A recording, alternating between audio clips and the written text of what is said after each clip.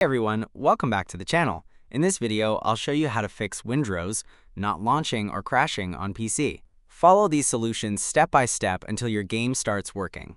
Let's get started. Solution 1. Verify game files. First, open Steam. Go to your library, locate Windrose. Right-click the game and select Properties. Go to Installed Files. Click on Verify Integrity of Game Files. Wait for Steam to repair any corrupted or missing files. Once done, try launching the game. Solution 2. Disable full-screen optimizations, right-click Windrose, and select Properties.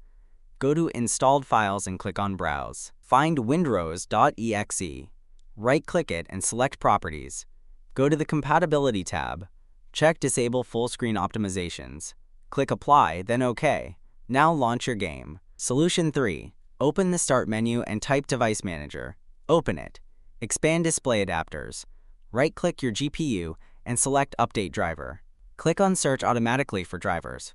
Wait for the update to complete. Solution 4. Update NVIDIA drivers. If you have an NVIDIA graphics card, open the Start menu and type NVIDIA App. Open it. Go to the Drivers tab. Click on Check for updates. Download and install the latest drivers. Solution 5. Install Visual C++ Redistributables. Open the link in the description of this video. Scroll down and look for x86. Click on vc_redist.x86 to download it. Then download vc_redist.x64 as well. Once downloaded, double-click vc_redist.x64. Accept the terms. Click Yes. Wait for installation. Click Close. Do not restart yet. Now, double-click vc_redist.x86. Click Yes. Accept the terms.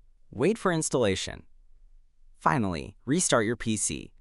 Now launch Windrose again and check if the issue is fixed.